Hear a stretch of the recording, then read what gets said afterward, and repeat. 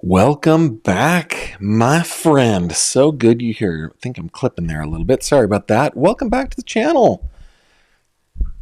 I hope you had a great weekend. For those of you that are watching live, whenever you're watching on the rewatch crew, I hope you had a great period of time before the moment that you are now watching it. My name's Gavin. On this channel, we like to cut past fluff and sensationalism. We like to dig into the nitty-gritty, and that's what I'm hoping to do today. We are circling back around to, and this is a strange case in that I want to be victim focused, but we don't know who the victim is, and it's better that we don't. This man needs privacy for what he's been through. He has survived 32 years of a hard life, 20 years at least, actually in captivity. So we don't know his name, we don't know his face. What we do know is the face and name of who police are saying kept him captive all those years, and that person is Kimberly Sullivan. This happened in Connecticut. We've covered it here on the channel. We've done one live stream about it. We've also shown the body cam footage, which I think that we will show again tonight, because we've got basically just a whole bunch of updates on this case. Man, the last time we talked about it, we read maybe the most haunting and disturbing affidavit of probable cause I may have ever read. It was so troubling, and at the same time, so amazing to read about the strength that a man, 32 years old, with the education of a boy who hadn't been cared for his entire life, summoned the courage to literally set the room that he was in ablaze, hoping that firefighters, the very hero firefighters that he imitated as a young man at Halloween, would come and rescue him. And they did. In fact, let's watch that real quick. Let's just watch that real quick. Watch this.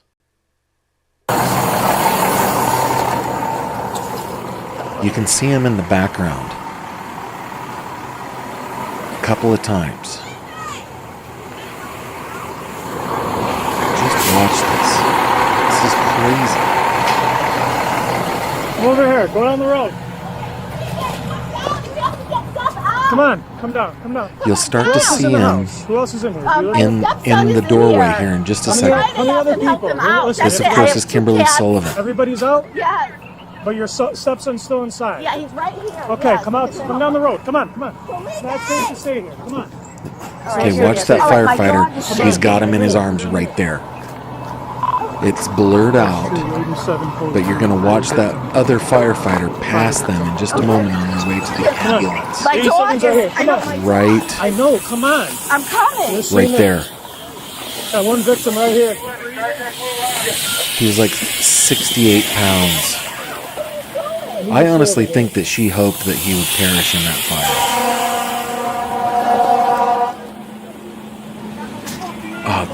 This body cam footage, guys, is just, it's almost too much, man. That man who's blurred out right there, and rightfully so, that hero, set his house ablaze hoping that these firefighters would come and rescue him, and they did. After 20 years of captivity in a little room in that house. Show you a picture. This is a picture of the house after the fire. Got some windows boarded up. It definitely took some damage. Okay? Oh my goodness. So I guess I've given you the kind of condensed version of what happened. Basically what happened is this woman and her husband, who was the biological father of the victim, kept him in captivity his whole life. It started out that CPS was being called, Children and Youth Services was being called, CYS, whatever they call it, Children and Family Services. It's different in every location. was being called by the school. And so they took him out of school and then like kept him locked up. I've got a video real quick. This is a video from News Channel 3. Let me, on my side, I need to get to the right one. Here we go. Okay, this is what, like a 3-minute or a minute and a half. Here we go. This is a minute and a half report that you guys remember that the police chief came out and was like, we were never told about this, but they have gone back to look and they have found records. Check this out. Department of Children and Families says it has found records concerning Kimberly Sullivan and the man who says she held him captive for 20 years. Your chief investigative reporter, Sam Smink, is here with more on this tonight. Sam. You may remember that Sullivan's stepson, the man police say Sullivan kept captive, told police that he met with DCF investigators twice in the 4th grade before his stepmother pulled him out of school. At the time, the victim told police that Sullivan instructed him to tell DCF everything was fine. This was in 2005. The boy said he was then taken out of school by Sullivan because the school kept contacting DCF. Waterbury police also said they made a visit to the Blake Street home in 2005 because DCF wanted a welfare check. So that's at least 3 visits that we know of. Earlier this month, DCF said it no longer had records of any interactions with Sullivan or her family because state law did not require them to keep records of unsubstantiated claims after 5 years. But just today, DCF says they spent 2 weeks searching their archives and did find records related to the case. In a statement, Commissioner Jody Hill-Lilly says, after we have completed a comprehensive assessment of our prior involvement, the department will be as transparent as possible in sharing our results while working within the parameters of both federal and state confidentiality laws. The commissioner says they've continued to meet with Waterbury Police, the Office of the Child Advocate, and lawmakers to update them. Representative Joe Paletta of Waterbury says he hopes to eventually hold a public hearing with them. Your chief investigative reporter, Sam Smink, Channel 3 Eyewitness News. All right, Sam, thank you. Yeah, that does kind of bother me, in that we will be as transparent as the law allows. Well, the law will allow full transparency. You just sometimes will invoke the law to shield you from certain transparent parts that you don't want to be transparent, right?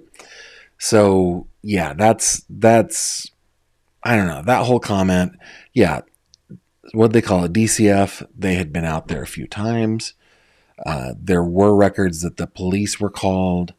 The police said that they had no records of it. And that whole part of unsubstantiated claims, that's, I have a real, I guess, it's a bit of a conundrum for me, because I don't want the governing authorities, especially those that are unelected, to have broad-reaching authority that could tear families apart, that could be abused by some individuals to tear families apart. On the other hand, this is obviously a case where this young man, little boy when it started, was failed by the system when they could not substantiate claims. And of course, anybody that has that amount of control over their 12-year-old to tell DCF that everything is fine. I mean, actually, come to think of it, I think almost any 12-year-old would do what they're told there. Even the ones that are loved and cared for and have no reason to lie. I think a 12-year-old would probably do it. So I don't know what the right answer to that is. And I don't want something to be done just for the sake of doing something. I think that's a mistake. But this is a case where, we have failed. Systemically, we have failed. There's something wrong in the system that has failed this young man. I'm glad, though, having said that DCF did make the effort to go back into their archive and see what they could find. I do have hope that they will be transparent during the process, though the incentives for them to be transparent are not very strong. All right, the next thing I want to show you guys before we get into the main thing is, it turns out that this boy, I know he's a man, but when they started victimizing him, he was a boy. and he wasn't able to develop. So I don't want to say, I don't know. You'll just forgive me if I say boy when I really mean man, or man. I just give me a little extra allowance here, okay? Because it really is quite disturbing. He was 11, 12 years old when this all started. Okay, so it turns out that when this man was a little boy, his mom lost custody of him, or gave up custody. And apparently what happened was, I don't know the circumstances under which she lost custody. I imagine that there were some issues. Either she did it voluntarily or custody was taken away. I would imagine there were some issues there. But it turns out that after she lost custody, she says anyway that she wasn't able to ever talk to her son again. So I think this one's about 3 minutes long, 3.5 minutes long. Let's listen to this report from News 12 there in Connecticut. In a Waterbury home for 2 decades is reacting to his heartbreaking ordeal tonight. Our Frank Recchia has her story. At first I was in disbelief. I walked outside, fell to my knees and started crying. 52-year-old Tracy Vallorin recalling how she reacted One victim right here. when family members told her about news reports of a 32-year-old man who police say was held captive in a small room for 2 decades in a Waterbury house of horrors. Vallorin, the biological mother of that man. She says she gave up custody when he was 6 months old. Who else is in here? My stepson is in here. Never imagining her son would end up being at the heart of a story that would shock the nation and outrage people in power. It's sad. We're going to make sure this never happens again. Please hurry. It's 2 Blake Street. There's a fire. How are you going to do that? That's the scary thing. Like, I want you to be able to do that. I want you to do that. But the devil's in the details, man. How are you going to do that? On February 17th, police say her son, weighing a mere 68 pounds, set fire to his own room in a heartbreaking bid for freedom. His stepmother, Kimberly Sullivan. And a powerful bid for freedom. A courageous, brave bid for freedom. Arrested in connection with his captivity. My son had to go through years and years and years of torment, abuse, torture, neglect, when he should have been cared for. Vallorin says she gave up custody because she didn't feel she could give her son, whose identity is being withheld while he recovers, the love and care he deserved. She says the child's dad would later keep her from reestablishing contact. When he got full custody, he wouldn't let me see him. He wouldn't tell me where he moved to. A child given up, but never, Vallorin says, forgotten. What was he like? Adorable. Now she's calling those who were responsible for his care, quote, monsters. What she did is evil, inhumane. She doesn't deserve to be on this planet. There's no reason that he had... I do have a question, and this is not to just cast shade on her, but I mean, I think that she had issues for sure that probably, I mean, for a mother to give up their child at 6 months, they've got to be desperate, right?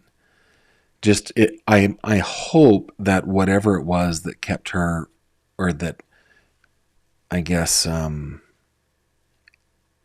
made her, inspired her, encouraged her to give up her child, I hope she's overcome that. That should have ever been put through that. If he was such a burden, then they should have called me. They should have called somebody. I am praying that there will be justice. Vallorin says she will be in court when Sullivan, who was set free on bond, goes before a judge on Wednesday. So I could look her in the eye. And she feels strongly about what she says should be the ultimate outcome. She belongs in jail.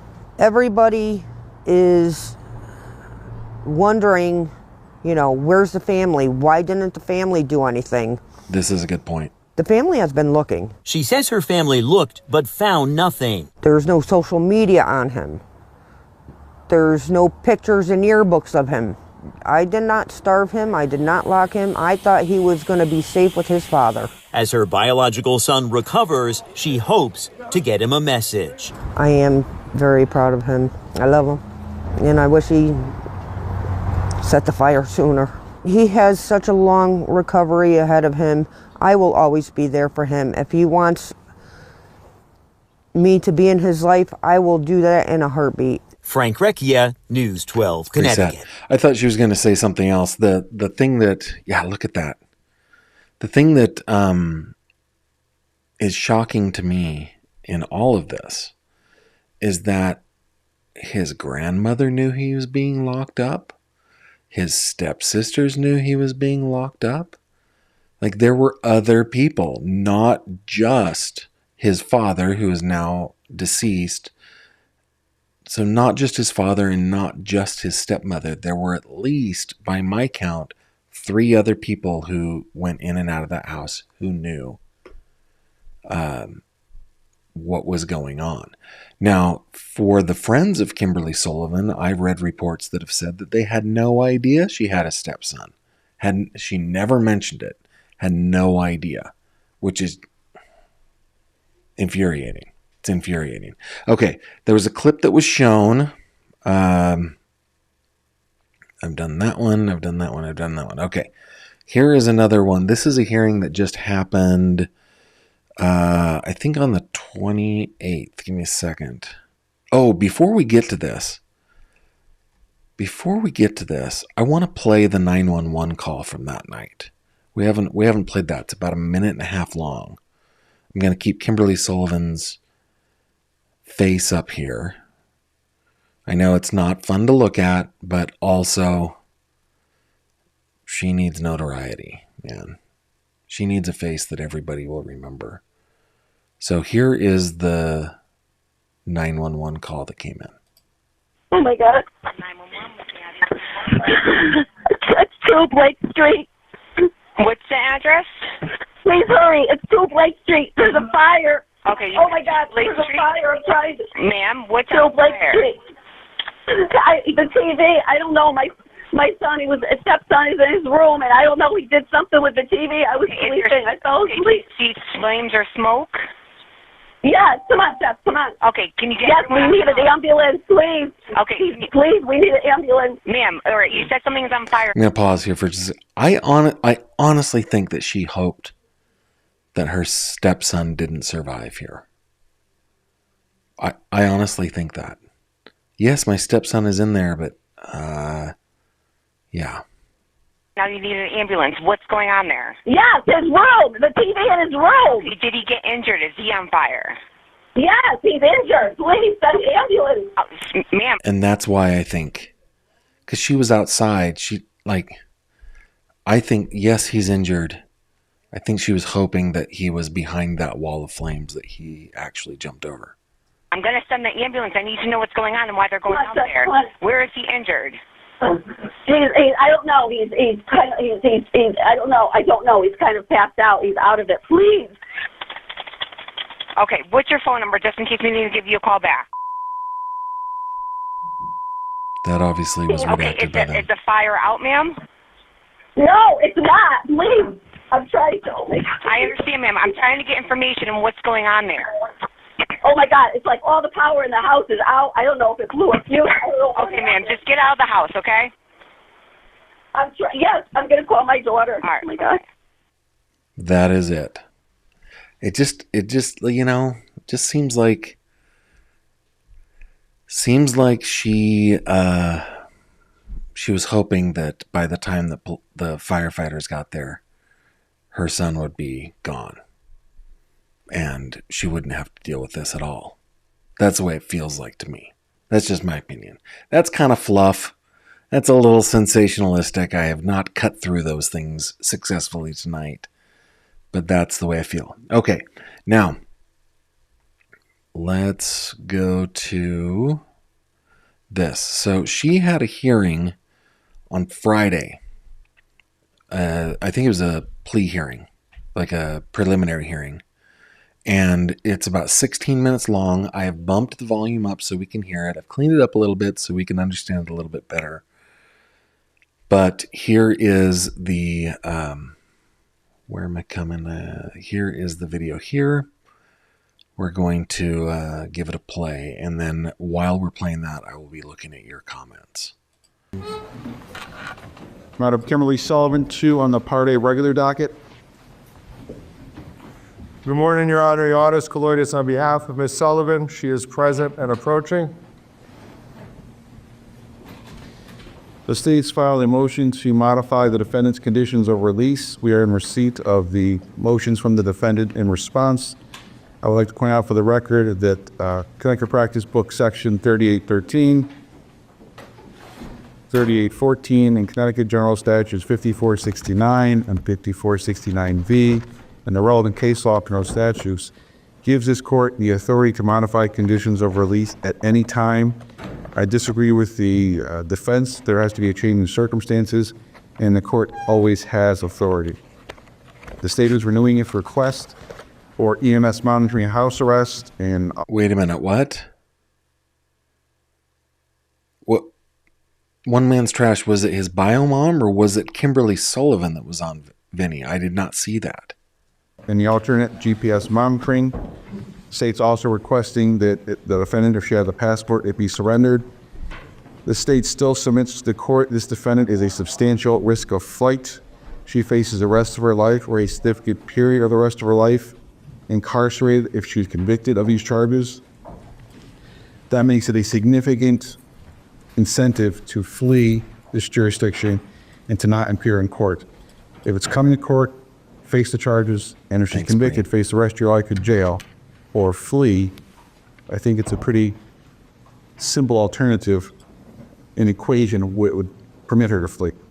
This is a strong case for the state. The court has read the arrest warrant.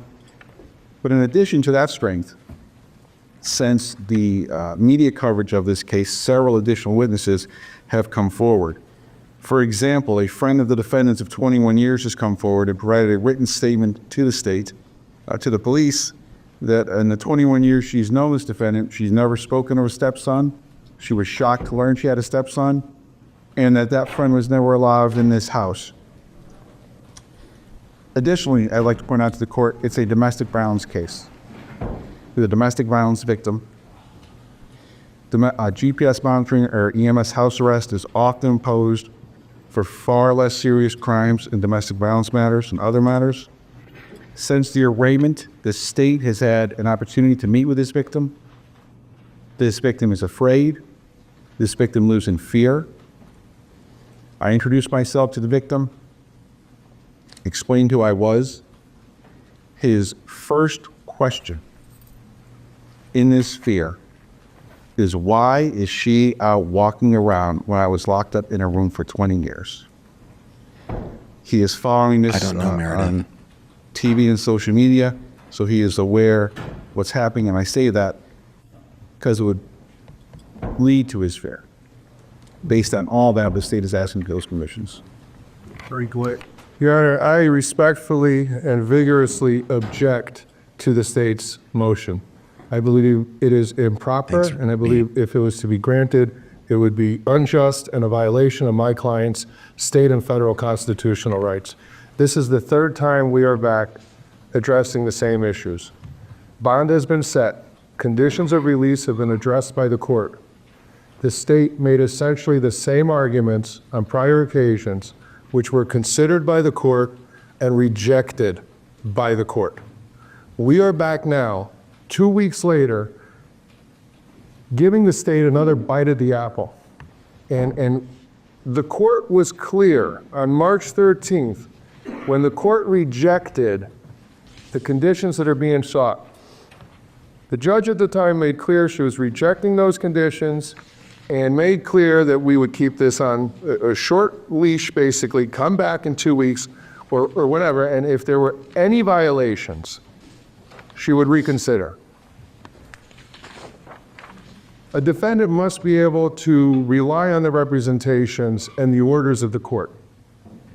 And when a defendant is told, you will be released under these conditions, and if you abide by these conditions, you'll be fine.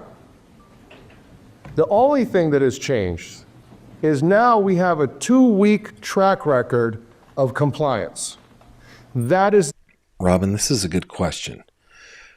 it appeared that he had he like when he went to school, he was constantly hungry. And so he would steal people's food and he would dig food out of the trash. So he had behavioral issues, but those issues seemed to be stemming from what was happening to him by his father and his stepmother. And like when it comes to, I mean, did he have developmental issues? He taught himself how to read. Like he taught himself how to read. So he is uneducated, formally for sure, but I mean, he's definitely, his education level and his reading comprehension level will now be well lower than other people his age. But I don't think that that is an indication that he had developmental issues in the beginning. I think he was hated. I think he was hated by his dad and his stepmom. Either that or they had developmental issues that they just couldn't care for the child. But then again, they had at least two other children. You know, there are times where, like, there is a video of, I want to be vague here. There's a video that I'm aware of that has to do with people that I know that shows what I believe to be an assault on a juvenile, like physical altercation between a grown person and a juvenile person.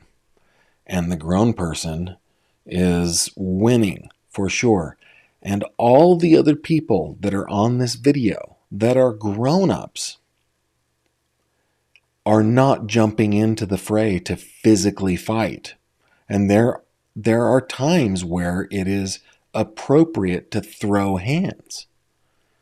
And that's how I feel about this case.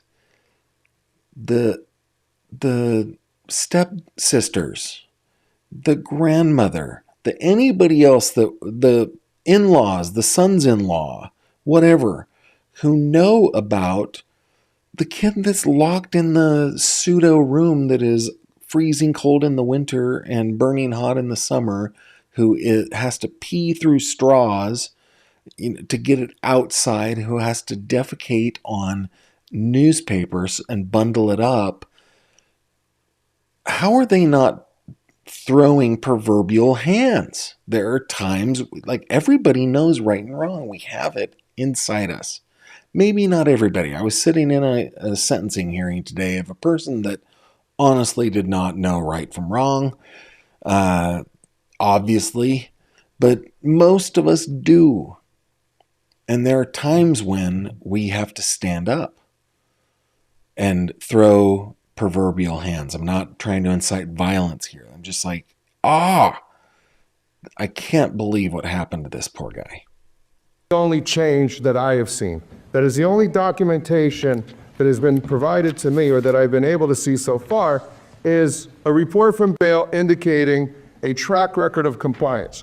So the only thing that has changed in the eyes of the defense with respect to the case is that my client has been complying with the conditions and has done what has been asked of her.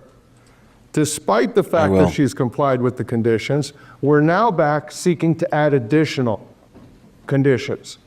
And I understand that the whole world wants to convict Ms. Sullivan, and the whole world already has. But this is the only place, the only room in this country where we have an opportunity to protect her rights. And as unpopular as that may seem, that's what's at issue here. Her rights. I see, Tanya. No one else's. When we talk about the constitutional rights in criminal law, they're to protect the accused, regardless of how unpopular it may be. So, Your Honor, I think it would be, respectfully, Your Honor, I think it would be a mistake to add conditions at this time. And I filed a supplemental memorandum. And although it's my supplemental memorandum, I think to some extent it is the strongest argument that one of the court. By the way, guys, the state of Connecticut isn't like state of Florida, for example, where we can go to a docket and we can get the documents easily. State of Connecticut is one where we have to go to the courthouse and get the documents. So I've tried to get them for you, but I've been unsuccessful so far. Should be the most concerned about, and that is protecting my client's right to a fair trial. She is presumed innocent. Maybe not to the rest of the world, but this is the one place where that presumption should remain. And by adding conditions, the court is sending a message that she has done something wrong, or the court feels that she has done something wrong, or the court feels that something has changed to increase the conditions of release, increase her monitoring, when none of that has occurred. So by granting the state's motion, a message is sent to the world that the presumption of innocence means nothing. And that cannot happen, Your Honor. And the presumption of innocence is tied to bail. I cited the Troconis case, which cites a U.S. Supreme Court case, which talks about the importance and how the presumption of innocence ties into bail. The whole world is watching, and if we add additional conditions now, we are sending a message that she has done something wrong, or that the court believes she has done something wrong. I, as her attorney, stand by her. She is presumed innocent, as unpopular as that may be. Now, getting back to my original... Hey, this guy's making a good argument, and we want him to make a good argument. I'm not buying the argument that by changing bail conditions, it is an assumption that she's done something wrong. I don't buy that argument, but he's giving her a vigorous defense, and that is what he should be doing, and I applaud him for it. Arguments in this, Your Honor. The court on Wednesday referenced the Ayala case. When I looked at the Ayala case, and this is distinguishable, yes, the court has the inherent authority to set conditions and modify conditions. Just because the court has the authority doesn't mean that it should exercise that authority. And I'd ask the court not to exercise that authority. In Ayala and in all the other cases where there's been a review of a court adding conditions or revoking bond or impacting bail, there has always She's 56. been something to trigger it, some violation of condition of release, some concern that the defendant will not be able to appear in court or is a danger to anyone else. She has appeared in court despite the difficulty in getting here. There are serious safety concerns for her. Putting her in a specific area where she cannot leave will only create additional safety concerns. There are numerous threats against her. Numerous people have made threats. They're posting them online. Emily, I do not believe so. I think he's privately retained. I think the public defender was defending her first. I'll have to look it up. Again, the docket is unclear. About not waiting to be able to see her out in public. She needs to be able to have freedom of movement. And at times, in fact, Your Honor, I've actually advised her to leave the state initially, given the media attention, for her own safety. If the court was to put her on a GPS monitoring bracelet, she would not be able to do that. Maybe. If the court put her on an EMS, she would not be able to leave the residence where she is. That would create additional safety concerns. Getting back to the law here, though, Your Honor, I think the Ayala case is clear that there needs to be, I think it calls for some type of violation. Whether you call it a change of circumstance or not, that's something that had been used, an argument that has always been raised in our state courts here, and I believe it is an appropriate consideration, Your Honor. Your Honor, my motion also details or ties to the community all the things that the court's already considered in setting the appropriate bond here, Your Honor. Everything has been considered by the court, it's been evaluated, and there is nothing different. I understand there's a lot of public pressure, and the public sentiment may be that there should be more conditions on her. But The bond that's set is appropriate. The conditions that are set are appropriate. She's abiding by those conditions. The state has argued this before. It has been rejected. There is absolutely nothing new. This is a great comment, and it's very true, right? Listen carefully. He doesn't say he thinks she's innocent legally. He can't lie to the court and say she's innocent if he knows she's not. Indeed, that is the case. Than a positive track record. Your Honor, respectfully, I cannot understate how strongly I feel about this. I do not believe any change in the conditions of her release would be appropriate right now. I believe they would have a direct and significant impact on her right to a fair trial, and I believe it is a dangerous message for the court to send, and it is one that will impact and bear directly on the presumption of innocence, which is something that is crucial in this case, because nobody has afforded her that. And we look to the court to protect that. The court has afforded her Your Honor, that. respectfully, I ask the court deny the state's motion. Yeah, the spirit of his argument is that she's been convicted in the court of public opinion. And therefore, hey, don't convict her here. Okay. Yeah, she's been convicted in the court of public opinion. That has happened. That first part is true. The second part, though, the court has not done that. The court is following the steps of the entire judicial system.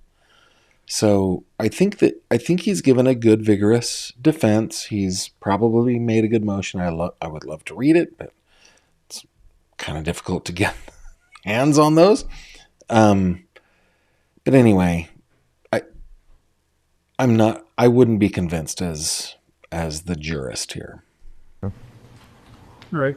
We're here today on the state's motion to add conditions of release, specifically either EMS house arrest and or GPS monitor, in order to reasonably ensure that A, she appears in court, and B, to protect the safety of the public. And in making this decision, I'm instructed by General Statute 54-64A, subsection B2, to consider the following factors when considering any condition, and I'll just go through them one at a time.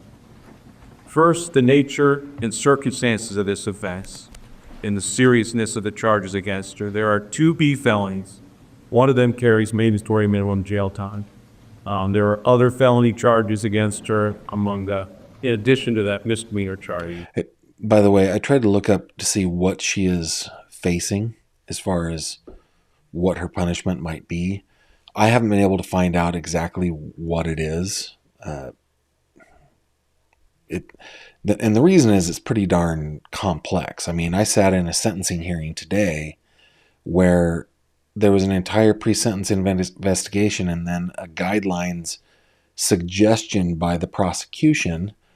And, they just to make sure that the judge understood the guidelines well enough, they wanted to make sure that the prosecution and the defense also agreed that those were the guidelines, because there's so many different things that can be added. There are modifiers, there are aggravating circumstances, there are attenuating circumstances, there's criminal history, there's all these different things. And so they likely don't know exactly what she could be facing yet. They might be able to give a range, but they probably don't know exactly what until they do a real investigation of it. And the allegations are arguably the most troubling that I've seen during my tenure as a judge, and show really unthinkable amount of a lack of empathy. And I do stress that they are just allegations at this time. 2, her past record of appearing in court. She has no prior cases, no prior failures to appear in this case. Her family and community ties to the area. She has 2 daughters in the area, and I believe she is temporarily living. Who knew about their stepbrother. Let's not forget that. But she has no permanent address. We learned that since the last court date. As far as her employment record, to my knowledge, she had worked for the majority of her life, most recently at J.C. Penney. As far as her financial resources and her mental health condition, I'm not aware of her financial resources at this time, but since the last court date, it has come to my attention that she was admitted to the hospital to address certain mental health conditions. As far as the weight of the evidence, we haven't pre-tried the case. There hasn't been any discovery. I don't know how strong the case is for the state at this time, but since the last court date, according to Attorney Thurple, he has spoken with the complainant more, learned additional information about the case, and additional witnesses have come forward. So from the state's perspective, it has gotten stronger. Whether she has been previously convicted of similar crimes, again, she has no record, so she has it. And the likelihood that she would commit another crime if she is released, which she had, but as far as the GPS and the DMS condition. On the one hand, she has no record. So you could easily argue that she has no record to date. She is unlikely to commit any crimes while she's released. On the other hand, I could see the argument somewhat who could show, again, just according to the allegation, someone that could show such an extreme indifference to human life, have such a lack of empathy, that that person could commit that type of crime. They're certainly likely to commit another type of crime. So considering all of these factors, most specifically, the serious nature of the allegations and her additional mental health conditions, the mental health conditions in particular, since we learned from the last court date, as well as the fact that you've learned that she has no permanent residence at this time, I think putting GPS monitoring on her is appropriate to protect the public and to ensure that she comes to court. However, I am denying the state's request for EMS house arrest. I don't believe, given the factors I consider, that that is one. Okay, as far as next court date GPS monitoring, but not house arrest. or any additional issues? May we enter a not guilty plea and make a jury election today? Yes. No, you're correct. Thanks, Susan. Good comment.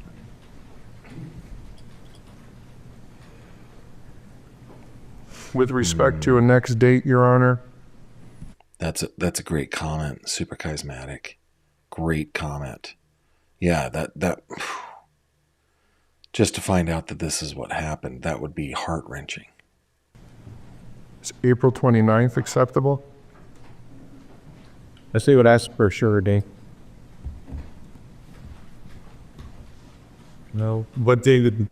Kelly, typically what would happen on this kind of thing is there would be some sort of collateral that she would have, her home, maybe a retirement fund, maybe insurance, something that's coming in because of her husband's death. She probably only had to pay about 10% of that, which, I mean, 30 grand, it's not a little. I would like 3 weeks, one to monitor compliance, two to update court and discovery process. I want to say April 15th. I'm away that week, Your Honor. 22nd.